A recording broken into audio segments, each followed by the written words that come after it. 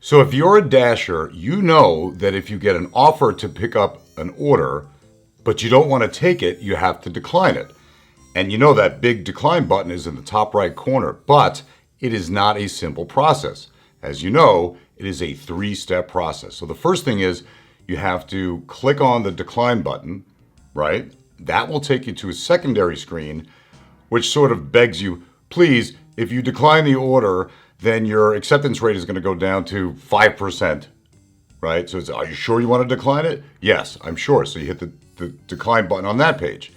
And then that's where you get to the third page.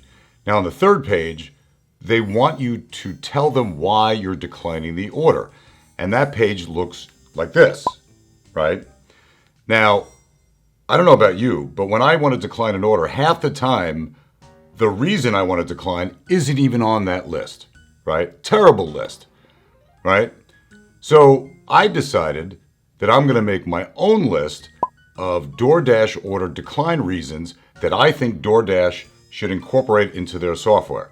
So you tell me what you think of these, and boys and girls, ladies and gentlemen, fellow Dashers, here is my list of reasons to decline a DoorDash order. Number 1. The drop-off location is right next to my girlfriend's house, and she thinks I have a real job. Number 2. I'm watching porn right now, and I need about 2 or 3 more minutes to reach climax. Number 3. Are you fucking kidding me? I've taken vacations that weren't this far away. Reason number 4. I'm still drunk from last night, and I really shouldn't even be driving. Number 5. Today is Sunday, and I should be in church asking for forgiveness after what I did last night.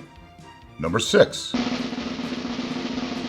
This is a Walmart order with 78 drop-off locations, and my tractor trailer is in the shop. Number 7. The urine bottle that I keep in my car is full, and I need to go empty it. Number 8.